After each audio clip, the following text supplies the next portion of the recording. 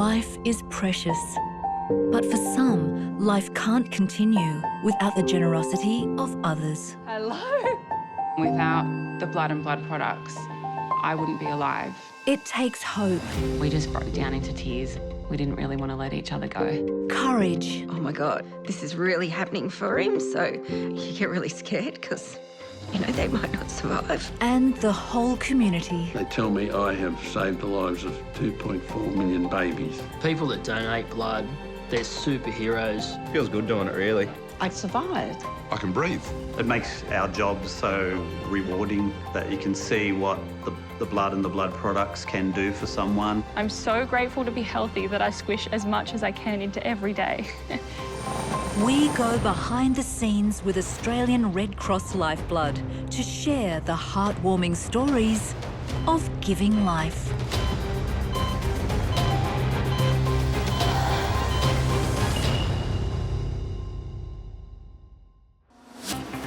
And now, on Giving Life. A paramedic makes a miraculous recovery. Had the helicopter not been carrying blood that day, I don't think he would have made it. A blood transfusion that saves the lives of twins. If I didn't have blood donated, I definitely would have lost my life and I would have lost the life of my girls as well.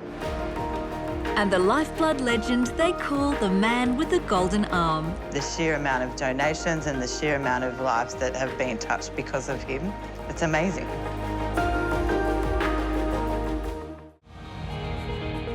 "33-year-old Wes Ackerman was inspired by his family to become a paramedic. My father was involved in emergency service. My brother was involved in emergency service. So it was, I'm going to say it's a generational thing. But in October 2016, Wes's commitment to community service is severely tested. Early one morning, around about 5 a.m, Wes and his partner Sharon are driving along in a rural location when they've unfortunately been hit by another car. The ambulance has been severely damaged. Miraculously, Sharon escapes injury and calls 000 for backup. Ambulances quickly arrive on the scene. It wasn't until they heard Wes calling that they actually realised he was still in there, couldn't be seen at that stage. And it became pretty apparent pretty quickly that he was severely injured. Wes was effectively suspended upside down. I think it took about an hour to the point of Wes being able to be extracted from the ambulance, and the rescue helicopter was tasked, and the process became about getting Wes to the State Trauma Unit as quickly as possible. Rescue helicopters had started carrying blood on board only months before Wes's accident.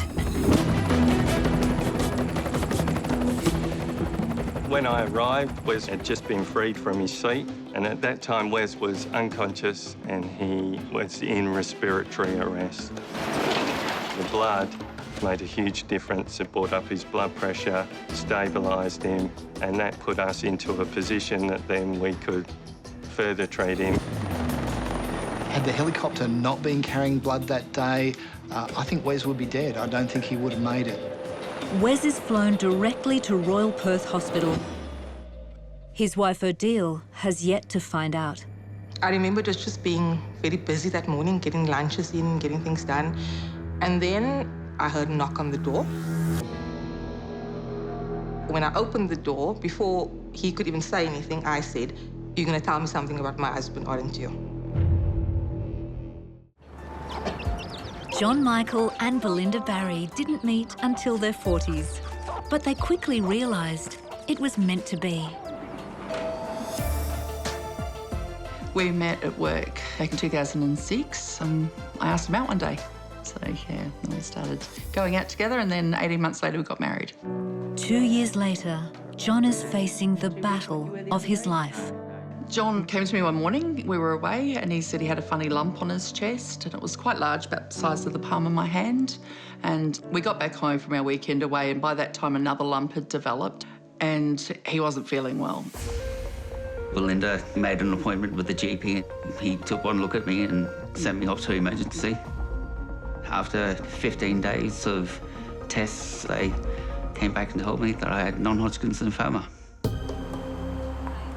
So it's called an extranodal NK T-cell lymphoma.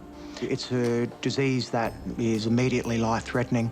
It's amongst one of the most highly aggressive diseases that we treat in haematology.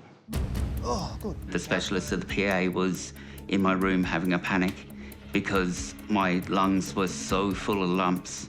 He said, we can't waste any more time. If you're going to have chemotherapy, we have to start tomorrow, or you can expect to be dead before the end of the weekend. Michelle Peacock was pleasantly surprised to be expecting twins at the age of 38. But her pregnancy did not go to plan.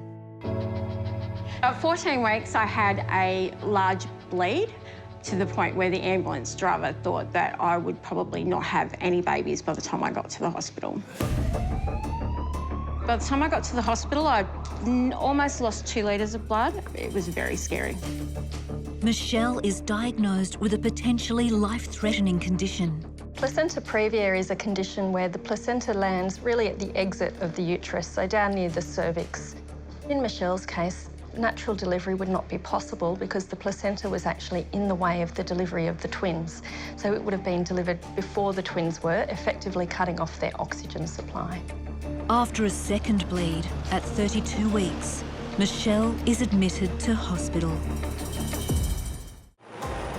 Paramedic Wes Ackerman has been rescued from a life-threatening car accident and flown to Royal Perth Hospital.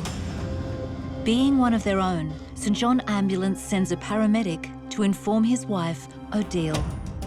Before he could even say anything, I said, "You're going to tell me something about my husband, aren't you?" And he said, "Yes, I'm afraid I am." "Is it bad?" And he said, "You need to come with me now." And then we drove to the hospital. I walked into the trauma bay at Royal Perth and encountered Wes looking as sick as it's possible for someone to look and still be alive. And when it's a colleague, someone you know, one of your own, it's horrendous. When I arrived at the hospital, I remember asking them, can I see him before he goes into theatre? I went through and a whole lot of people working on him, all these tubes, and I was like, and then I think it dawned on me that this is actually very serious. They said to me, you can give him a kiss. And I think I was just in cut-off mode, and I think I just touched his arm, and then they took him away. Everyone was really concerned about Wes's situation. He was really badly injured, incredibly badly injured. I remember that quite clearly. We were very concerned that he might not even survive. Wes had quite a lot of trauma to his head and face. In fact, a very significant artery that supplies part of the brain called the carotid artery was also torn. A lot of internal injuries in his abdomen. He had fractures of both his legs, big bones in his leg, which bleed a lot. We replaced all his own blood with donated blood at some point. After several hours of life-saving surgery, Wes is transferred to ICU. That's when I saw him, and I think that was the first time that I broke down. I have no idea what the doctor told me. I was crying way too much. He was explaining what they did in the surgery. He was explaining what they're doing now, what was happening now, why the tubes were there. I don't think I heard anything he said. I was just sobbing. Wes is put into an induced coma. John Michael Barry has been diagnosed with non-Hodgkin's lymphoma, an aggressive cancer requiring immediate chemotherapy. Every time I went in for chemo, they would do a blood test in the morning.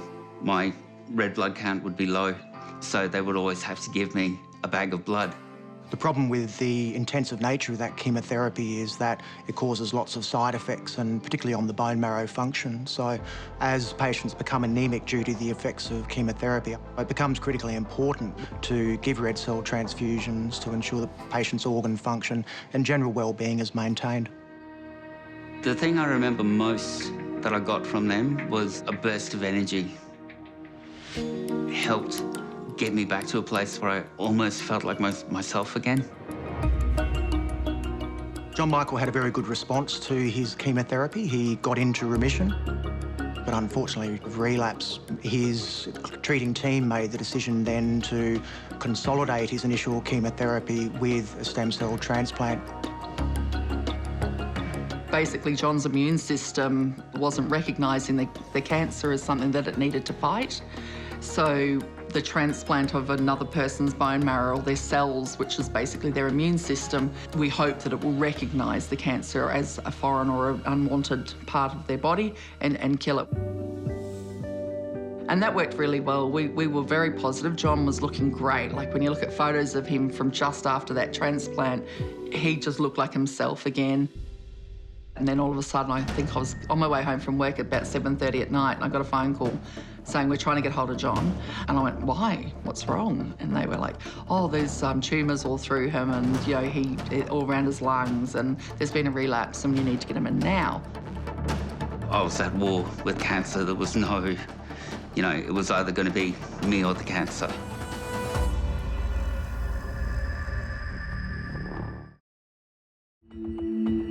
"32 weeks pregnant with twins, Michelle Peacock was rushed to emergency after another big bleed. They just said to me, look, we can't wait any longer. We've got to go and do this now. And I was like, OK, we need to bring everyone. So I then had to get everyone who was at Foster 2 hours away to try and get them to Newcastle as quickly as possible. Being by myself was very scary. I had a really good nurse with me, and she sort of sat with me and held my hand and while I cried. And by the time they all got there, I was pretty much knocked out. Once I opened the uterus and delivered the twins, there was very brisk bleeding. So that required me to do a very rapid hysterectomy, protecting all the other organs in her body and trying to get that last clamp on to stop that bleeding. Michelle lost approximately 6 to 8 litres in total. So she had 16 units of packed red blood cells over the course of that time. When I woke up in ICU, I was pretty shocked. I didn't really ask too many questions to start with, except where are my babies and are they okay? They were in the NICU, but they were fine. I was just so happy they were okay.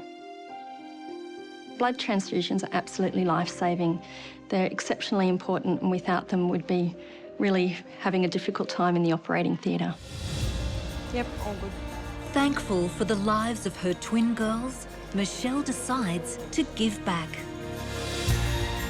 I'm giving blood today because I received so much blood. If I didn't have blood donated, I definitely would have lost my life, and I would have lost the life of my girls as well. So, very lucky. Donating blood will definitely save lives. John Michael Barry is battling an aggressive form of cancer. But with wife Belinda by his side, he's managed to stay positive. I was of a particularly stubborn mindset that I wasn't going to die. I'd always said to Belinda, if I'd had the opportunity, I'd love to be a writer.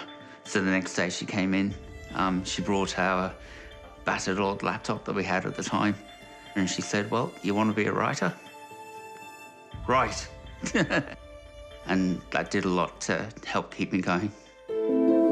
After 2 years of complications and more chemotherapy, John finally receives good news. I was declared cancer-free in January 2012. I'd beaten it, I'd won. John needs ongoing treatment to stay healthy. He's been required to be on a treatment called Intragam. Intragam is a solution of antibodies that are collected from donors. So John Michael receives that on a monthly basis. It's an infusion that takes about 3 hours to give. 1 monthly dose of Intragam is made up of around 24 blood-derived donations. Without those, these patients simply wouldn't survive. So it opens up options for long-term survival that they wouldn't otherwise have. I am and have always been immensely grateful. Just the pure selflessness and generosity of total strangers is overwhelming.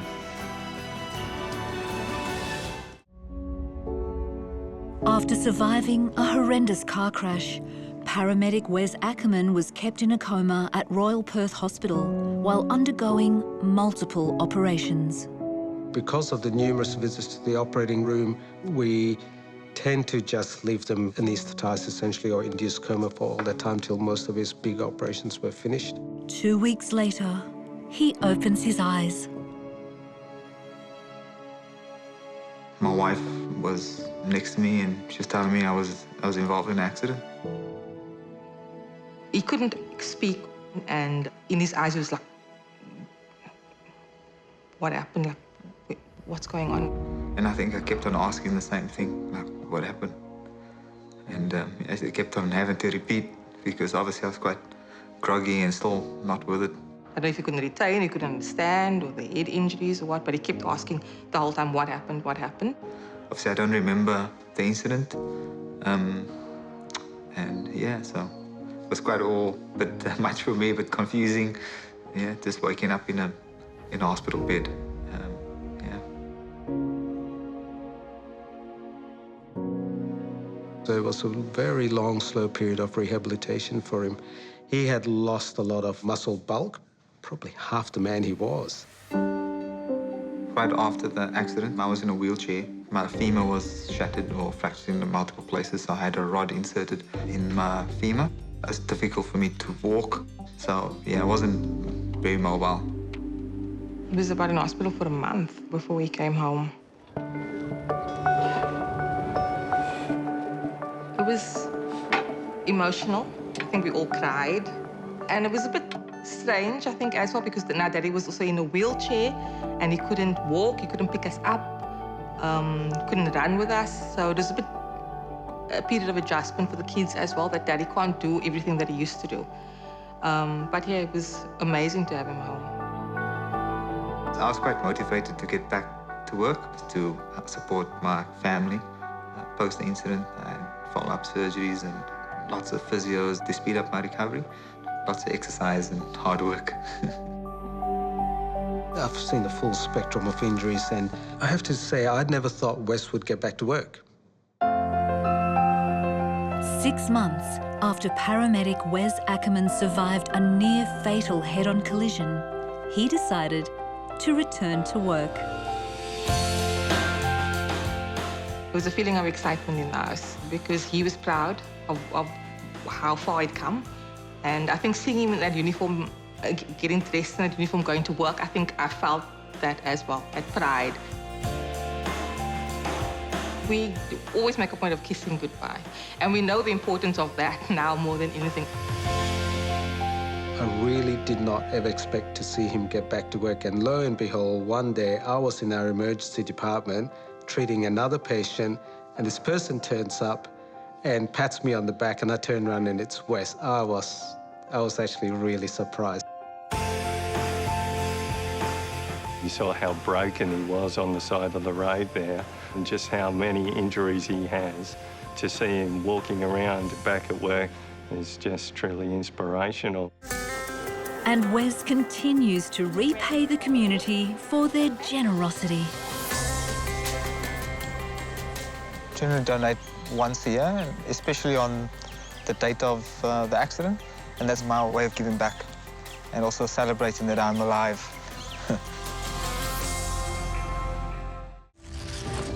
82-year-old James Harrison is a plasma donor who is nothing short of a living legend.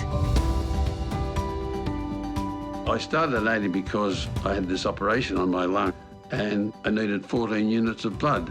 And I said, well, I must repay that. Just after I turned 18, I gave my first donation and continued on for 62 years. In 1966, I was just an ordinary plasma donor, and they told me that I had these antibodies called anti-D in my blood, and they had found that they were required to stop the hemolytic disease of the newborn babies.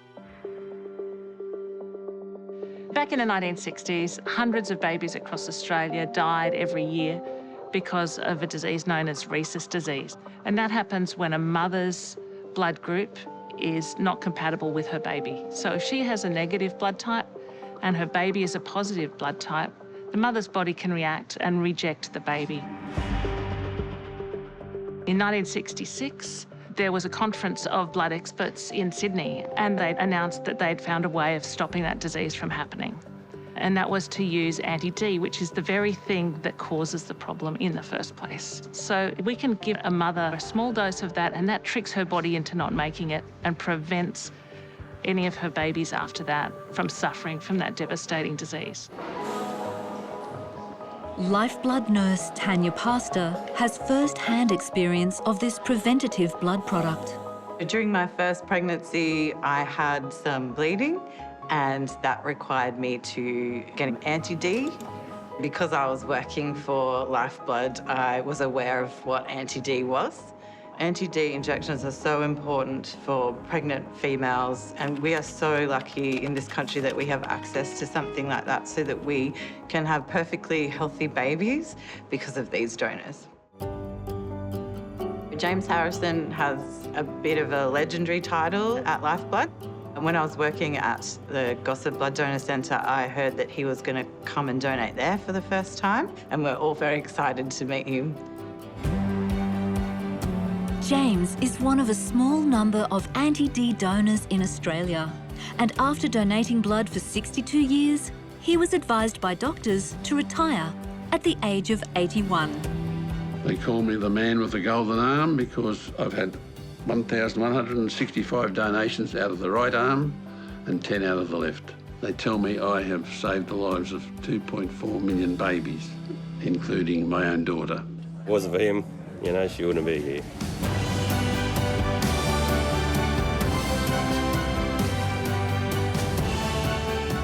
The sheer amount of donations and the sheer amount of lives that have been touched because of him, it's amazing. It is very important to donate blood. 40 minutes of your time can be a lifetime for somebody else.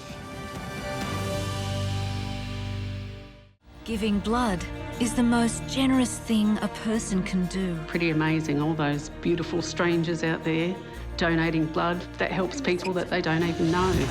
After an infusion, I feel amazing. Blood gave me my life. It was like liquid gold. Wish that I could say thanks to every one of those people. And I thank them so much. Thank you for saving my life. Giving blood is giving life.